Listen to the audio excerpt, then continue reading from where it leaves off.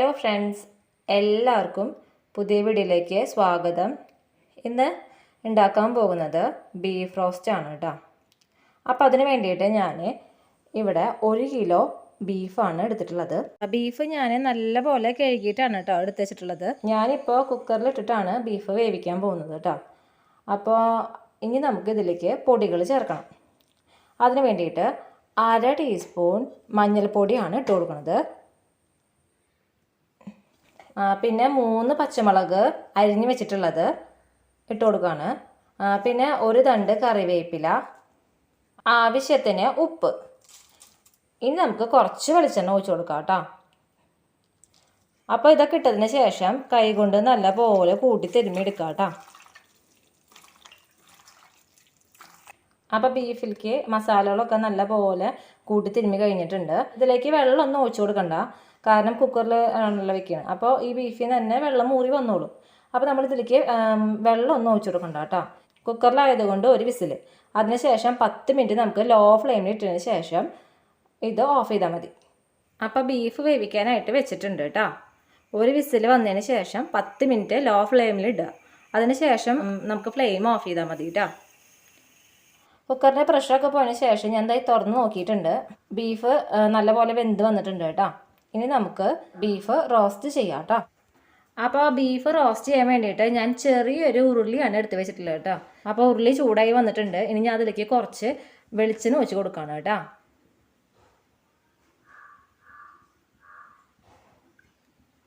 ഇനി നമുക്ക് വെളിച്ചെണ്ണ ഒന്ന് ചൂടാവാനായിട്ട് വയ്ക്കാം. അപ്പോൾ ബീഫ് റോസ്റ്റ് ഉണ്ടാക്കാൻ വേണ്ടിയിട്ട് ഞാൻ മീഡിയം സൈസ് 2 സവാള അരിഞ്ഞ് വെച്ചിട്ടുണ്ട്. അതുപോലെ തന്നെ ഒരു നാളികേരത്തിൻ്റെ പകുതി മുറി നാളികേരം ഇതുപോലെ ഇതുപോലെ കൊത്താക്കിയിട്ട് ചെറിയ കൊത്തോളാക്കി വെച്ചിട്ടുണ്ട് കേട്ടോ.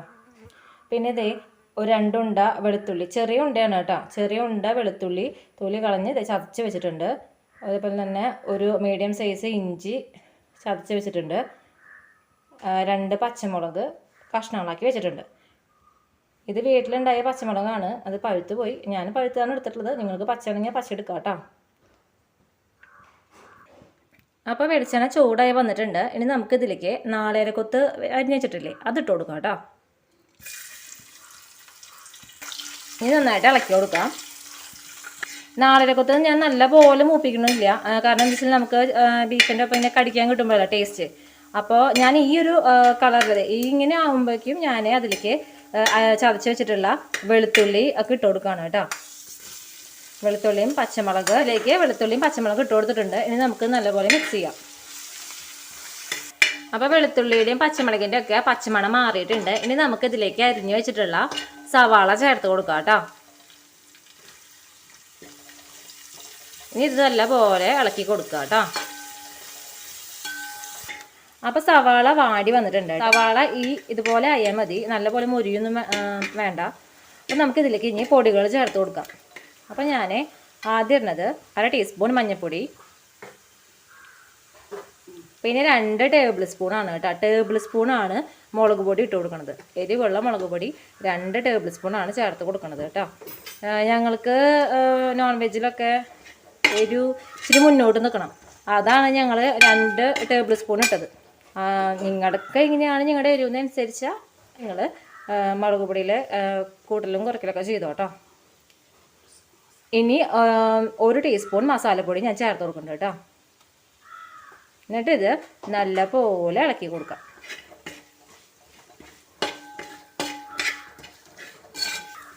ഈ പൊടികളൊക്കെ മൂത്ത് വരുന്ന വരെ നമ്മളിങ്ങനെ ഇളക്കി കൊടുക്കണം കേട്ടോ. പൊടികളൊക്കെ മൂത്ത് വന്നിട്ടുണ്ട് കേട്ടോ. ഈ സമയത്ത് നമുക്ക് ചതച്ച് വെച്ചിട്ടുള്ള ഇഞ്ചിയും അതുപോലെ തന്നെ 2 തണ്ട് കറിവേപ്പിലയും ചേർത്ത് കൊടുക്കുന്നുണ്ട് കേട്ടോ. ഇനി ഇട്ടത് നല്ലപോലെ വീണ്ടും ഇളക്കി കൊടുക്കുക. അപ്പം നമ്മുടെ പൊടികളൊക്കെ നല്ലപോലെ മൂത്ത് വന്നിട്ടുണ്ട്, എല്ലാം റെഡി ആയിട്ടുണ്ട്. ഇനി നമുക്കിതിലേക്ക് വേവിച്ച് വെച്ചിട്ടുള്ള ബീഫില്ലേ, അത് ഒഴിച്ചു കൊടുക്കാം കേട്ടോ.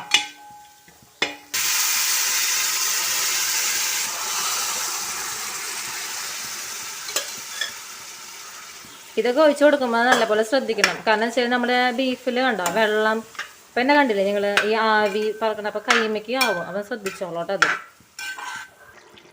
അപ്പോൾ അതേ ബീഫ് തിളച്ച് തുടങ്ങിയിട്ടുണ്ട്. ഇനി നമുക്ക് ഇതിൻ്റെ വെള്ളം ഒന്ന് വറ്റാനായിട്ട് വെക്കണം.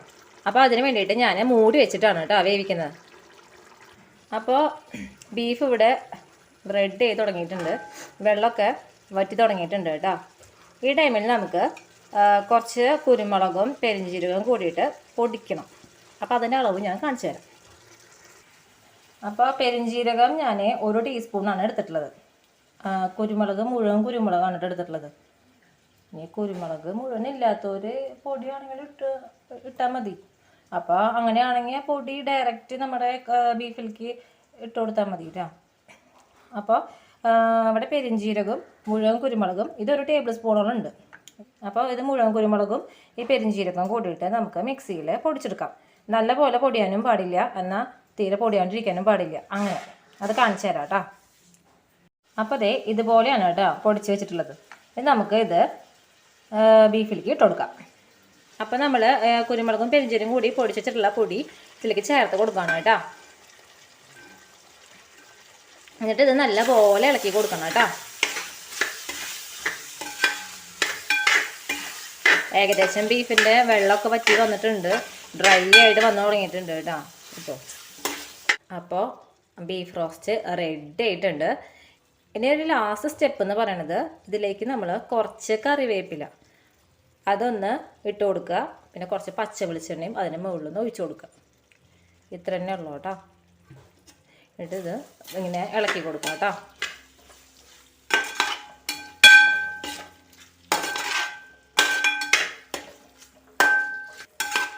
ഇനി ഞാൻ ഇതിൻ്റെ ടേസ്റ്റ് ഒന്ന് നോക്കിയിട്ട് പറയാം കേട്ടോ. അപ്പോൾ ഞാൻ ടേസ്റ്റ് ചെയ്ത് നോക്കിയിട്ടുണ്ട്, നല്ല സൂപ്പർ ടേസ്റ്റ് ആയിട്ടുണ്ട്. എല്ലാവരും ട്രൈ ചെയ്യണം. ഒരു വട്ടം നിങ്ങൾ ഉണ്ടാക്കി നോക്കിയാൽ പിന്നെ ഇത് ഇടയ്ക്ക് ഉണ്ടാക്കും. ആ നാളെ കൊത്തിൻ്റെ ഒക്കെ ആ ടേസ്റ്റ് നല്ല സൂപ്പറായിട്ടുണ്ട് കേട്ടോ. അപ്പം ഞാനിതൊരു പാത്രത്തിലേക്ക് പകർത്തിയിട്ട് കാണിച്ചു തരാം. അപ്പം നമ്മുടെ ബീഫ് റോസ്റ്റ് റെഡി ആയിട്ടുണ്ട്. എല്ലാവരും ഇതൊന്നും ഉണ്ടാക്കി നോക്കണം. ഇത്രയും ടേസ്റ്റി ആയിട്ടുള്ള റെസിപ്പിയാണ് കേട്ടോ. അപ്പോൾ എല്ലാവർക്കും ഈ വീഡിയോ ഇഷ്ടമായെങ്കിൽ ലൈക്ക് ചെയ്യുക, ഷെയർ ചെയ്യുക, കമൻറ്റ് ചെയ്യുക, സബ്സ്ക്രൈബ് ചെയ്യുക. പുതിയൊരു വീഡിയോ വരുന്നവരെ എല്ലാവർക്കും നന്ദി, നമസ്കാരം.